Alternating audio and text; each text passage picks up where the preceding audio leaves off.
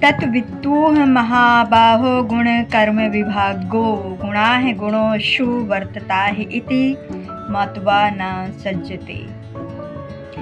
हे महाब्रह्मो, भक्ति भाव माय कार्य तथा कार्य के भेद को भली भांति जानते हुए जो परम सत्य को जानने वाले हैं, वो कभी भी अपने आप को इंद्रियों में तथा इंद्रिय तृप्ति में नहीं लगाता। इसका तात्पर्य है, परमात्मा सत्य को जानने वाला भौतिक संगति में अपने विषय स्थिति को जानता है। वो जानता है कि वो भगवान कृष्ण का अंश है और उसका स्थान इस भौतिक दृष्टि में नहीं होना चाहिए। वो अपने वास्तविक स्वरूप को भगवान के अंश के रूप में जानता है, जो सत्य चिंता आनंद है, और उसे ये अनुभूति होती रहती है कि मैं किसी कारण से देह आत्मा बुद्धि में फंस चुका हूँ। अपने अस्तित्व की शुद्ध अवस्था में उसे सारे कार्य भगवान कृष्ण की सेवा में नियोजित करने चाहिए। फलता है वो अपने आप को कृष्ण भावनामृत के कार्यों में लगाता है और भौतिक इंद्रियों के कार्यों के प्रति स्वभावतः अनासक्त हो जाता है, क्योंकि ये परिस्थिति जनक तथा अस्थायी है। वो जानता है कि उसके जीवन की भौतिक दशा भगवान के नियंत्रण में है। फलता है वो सभी प्रकार के भौतिक बंधनों से विचलित नहीं होता है, क्योंकि वो उन्हें भगवत कृपा मानता है। और श्रीमद् भागवत गीता के अनुसार जो व्यक्ति परम सत्य को ब्रह्मा, परमात्मा तथा श्री भगवान इन तीनों विभिन्न रूपों में जानता है, वो तत्व कहलाता है, क्योंकि वो परमेश्वर के साथ अपने वास्तविक संबंध को भी जानता है। प्रकृते गुणकाः संपूर्णाः सज्जते गुण कर्मसु तान् कृत्ता विद्यो मन्त्रकृत्य विन्त्राः विचलयन्ते।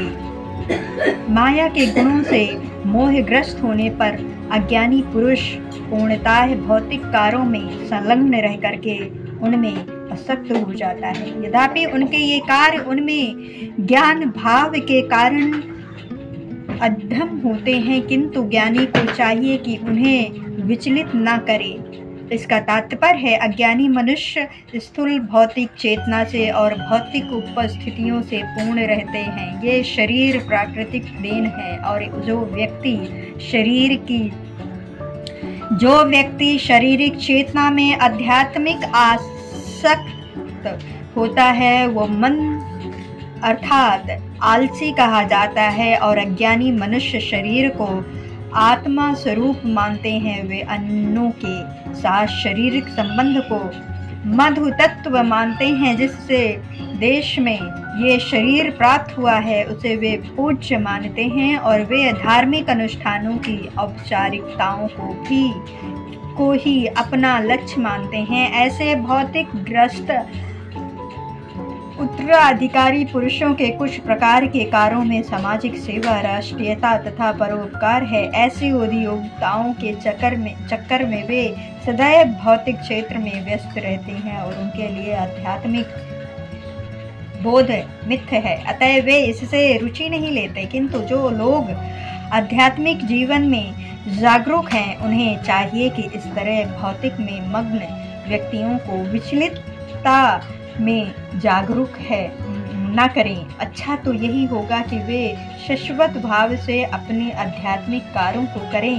ऐसे मोहग्रस्त व्यक्ति अहिंसा जैसे जीव के मूलभूत नैतिक सिद्धांतों तथा इसी प्रकार के परोपकार कार्यों से लगे होते हैं। जो लोग अज्ञानी हैं, वे कृष्णा भावनामृत के कार्यों को समझ ही नहीं पाते। अतः भगवान कृष्ण हमें उपदेश देते हैं कि ऐसे लोगों को विचलित ना किया जाए और व्यर्थ ही मूल्यवान समय नष्ट ना किया जाए। किंतु भगवान भक्त भगवान से भी अधिक दयालु होते हैं, क्योंकि वे भगवान के अभिप्रिय समझे जाते हैं। फलता है वे सभी प्रकार के संकट झेलते हैं, यहाँ तक कि वे इन अज्ञानी पुरुषों के पास जा करके उन्हें कृष्णा भावनामृत के कार्यों में प्रवृत्त करने का प्रयास करते हैं, जो कि मानव के लिए परम आवश्यक है। माये सर्वाणि कर्मणाय संन्यासाध्याचितांसाय निराशिर्णो मुतः मुत्त्वा युधस्व विगन्तवज्राः। हे अर्जुन, अपने सारे कार्यों को मुझ में समर्पित करके मेरे पूर्ण ज्ञान से युक्त होकर लाभ की आकांक्षा से रहित स्वामित्व के किसी दावे के बिना तथा आलस्य से रहित होकर के युद्ध करो।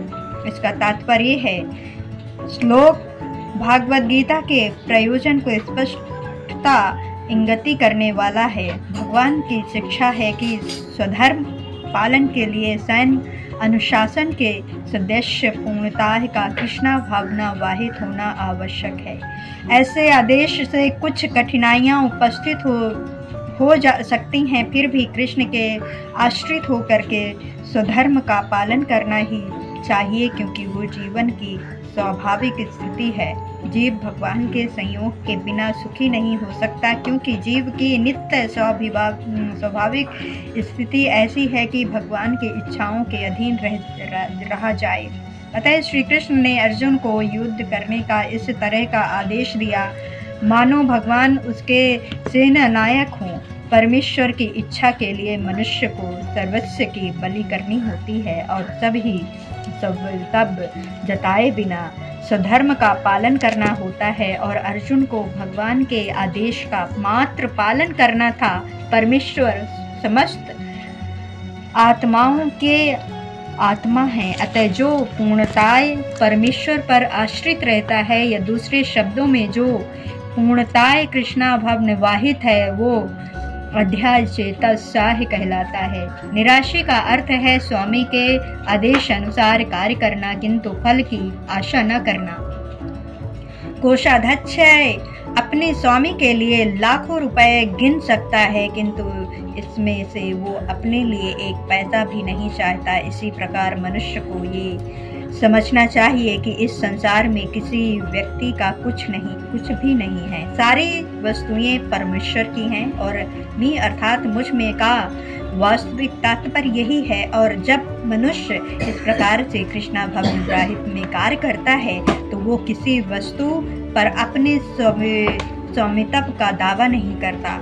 ये भावना मृत्यु निर्मम अर्थात मेरा कुछ नहीं है कहलाता है। यदि ऐसे कठोर आदेश जो शारीरिक संबंध में तथा कथित बंधुत्व भाव से रहित हैं, पूरा करने में कुछ झिझक हो तो उसे दूर कर देना चाहिए। इस प्रकार मनुष्य विगतजाह अर्थात ज्वार या आलस से रहित हो सकता है। अपने गुण तथा स्थिति के अनुसार प्रत्येक व्यक्ति को विशेष प्रकार का कार्य करना होता है और ऐसे कर्तव्यों का पालन कृष्णा भाव निवाहित होकर के किया जा सकता है। इससे युक्ति का मार्ग प्रस्तुत हो जाएगा।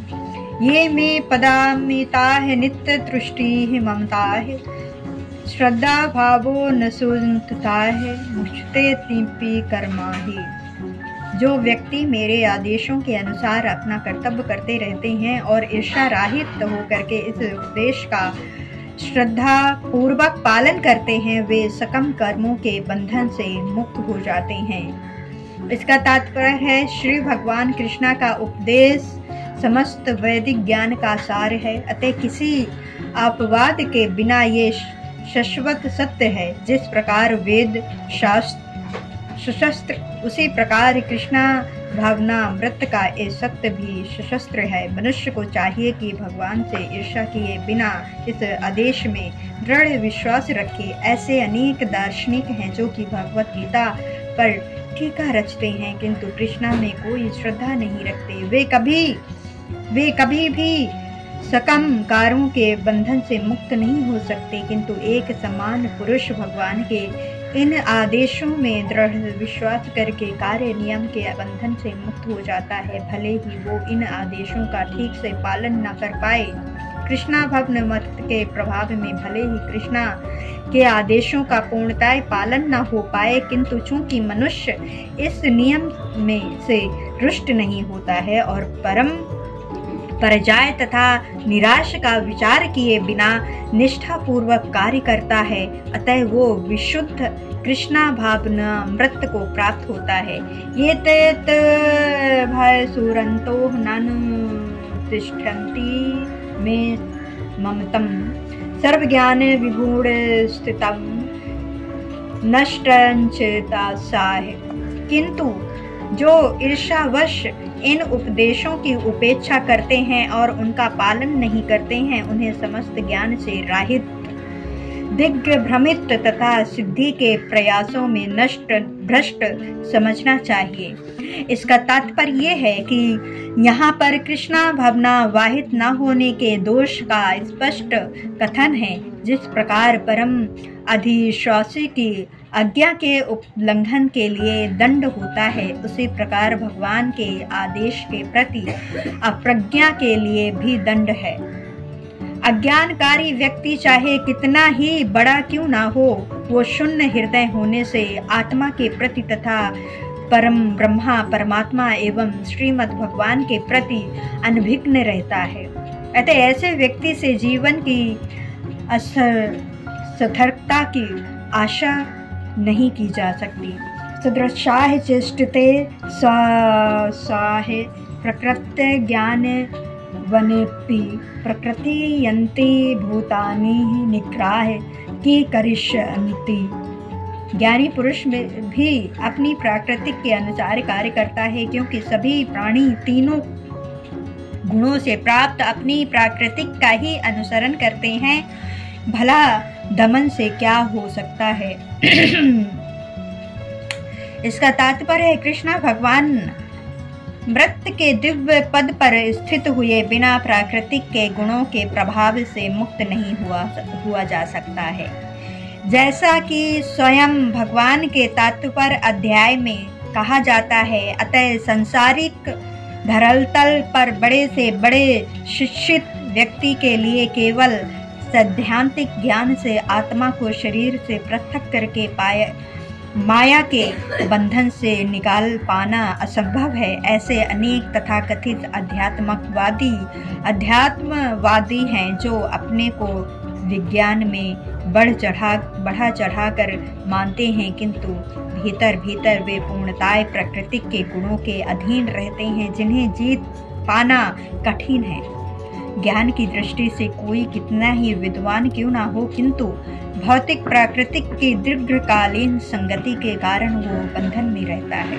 कृष्णा भावना मृत उसे भौतिक बंधन से छूटने में सहायक होता है। भले ही कोई अपने नियत कर्मों के कारण से संलग्न क्यों ना रहे, अतः पूर्णतः कृष्णा भावना वाहित हुए बिना नियमों कर्मों का परित्याग नहीं करना चाहिए। किसी को भी सहसा अपने नित्य कर्म त्याग करके तथाकथित योगी या कृत्रिम अध्यात्मवादी नहीं बनना चाहिए। अच्छा तो ये होगा कि यथा स्थिति में रह करके शिष्ट प्रशिक्षण के अंतर्गत कृष्णा भवन वाहित प्राप्त करने का प्रयत्न किया जाए। इस प्रकार कृष्णा की माया के बंधन से मुक्त हुआ जा सकता है। इंद्रोस्थे रागदोषो व्यावस्थितो तीर्णो वैश्य गच्छतो यशाह परिबंधो।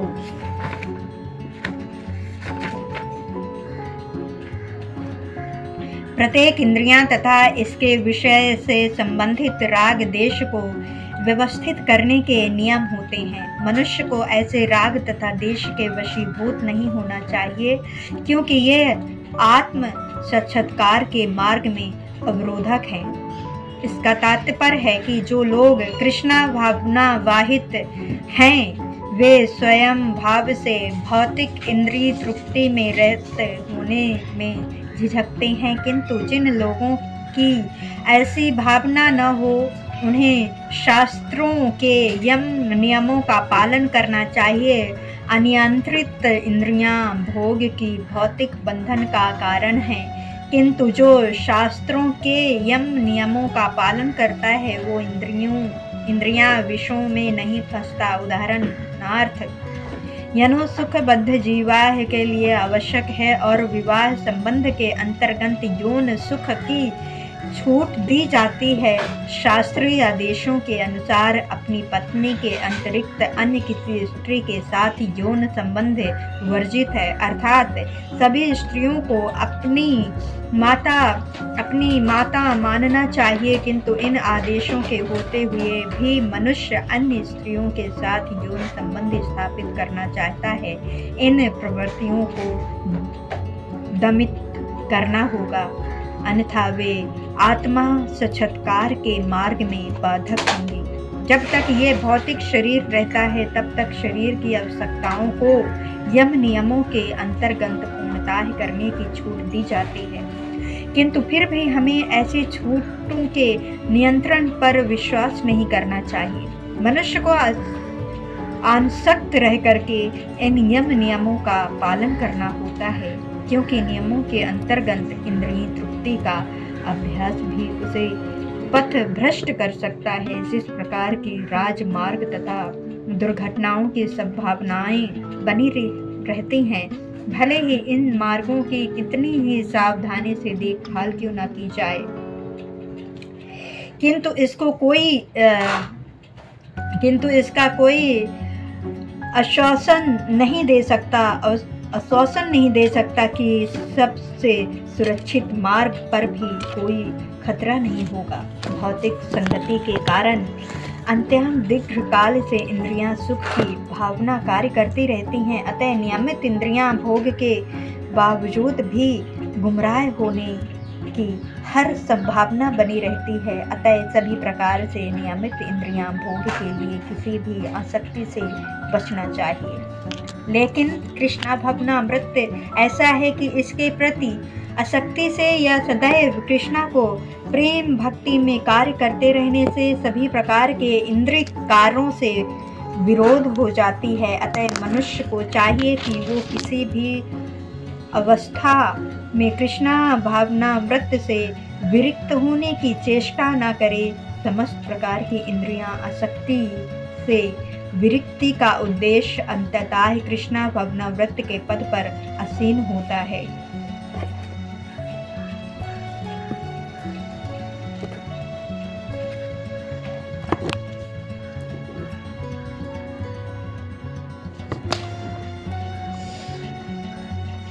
श्रेय स्वधर्मो विगृणाः परधर्मात्मदृष्टिचिन्ताः स्वधर्मे निंदनाः श्रेय परमांधो भयवाह। अपने नित्य कार्यों को दोषपूर्ण ढंग से संपन्न करना भी अन्य के कार्यों को भली भांति करने से श्रेष्ठ कार्य है। स्वामी कार्यों को करते हुए मरना पराये कर्मों में प्रवृत्त होने की अपेक्षा श्रेष्ठ है, क्योंकि अन्य किसी के मार्ग का अनुसरण भयवाह होता है। इसका तात्पर्य ये है कि अंत मनुष्य को चाहिए कि वो अन्यों के लिए नियत कर्मों की अपेक्षा अपने नियत कर्मों को कृष्णा भावनामृत में करे। भौतिक दृष्टि से नियत कर्म मनुष्य की मनोवैज्ञानिक दशा के अनुसार भौतिक प्रवृत्ति के गुणों के अधीन अदृष्टि कार्य में, आध्यात्मिक कार्य में गुरु द्वारा कृष्ण की दिव्य सेवा के लिए आदेशित होते हैं। किंतु चाहे भौतिक कार्य हो या आध्यात्मिक कार्य, मनुष्य को मृत्यु पर्यंत अपने नियत कर्मों में दृढ़ रहना चाहिए। अन्य के निर्धारित कार्यों का अनुकरण नहीं करना चाहिए। आध्यात्मिक तथा भौतिक स्तरों पर ये कर्म भिन्न भिन्न हो सकते हैं, किंतु कर्ता के लिए किसी प्रमाणिक निर्देशन के पालन का सिद्धांत उत्तम होता होगा। जब मनुष्य प्राकृतिक के गुणों के वशीभूत होकर के हो तो उसे उस विषय अवस्था के लिए नियमों का पालन करना चाहिए, उसे अन्यों का अनुकरण नहीं करना चाहिए। उदाहरणार्थ, सतोगुणी ब्राह्मण कभी हिंसक नहीं होता, किंतु राजोगुणी क्षत्रिय को हिंसक होने की अनुमति है। इस तरह क्षत्रिय के लिए हिंसा के नियमों का पालन करते हुए विनष्ट होना जितना संस्कार है उतना अहिंसा के नियमों का पालन करने वाले ब्राह्मण का अनुकरण नहीं। हर व्यक्ति को एक एक नहीं अपितु क्रमशः अपने हृदय को स्वच्छ बनाना चाहिए। किंतु जब मनुष्य प्राकृतिक के गुणों को लांघ करके कृष्णा भावनामृत में है, कृष्णा भावनामृत की पूर्णता स्थिति में एक क्षत्रिय ब्राह्मण की तरह और एक ब्राह्मण क्षत्रिय की तरह कार्य कर सकता है। दिव्य अवस्था में भौतिक जगत का भेदभाव नहीं रह जाता। उदाहरणार्थ विश्वामित्र मूलतः क्षत्रिय थे किंतु बाद में वे ब्राह्मण हो गए। इसी प्रकार परशुराम पहले ब्राह्मण थे किंतु बाद में वे क्षत्रिय बन गए। ब्रह्मा में स्थित होने के कारण ही वे ऐसा कर सके, किंतु जब तक वो भौतिक स्तर पर रहता है उसे प्राकृतिक के गुणों के अनुसार अपने कार्य करने चाहिए। साथ ही उसे कृष्णा भावना व्रत का पूरा बोध होना चाहिए।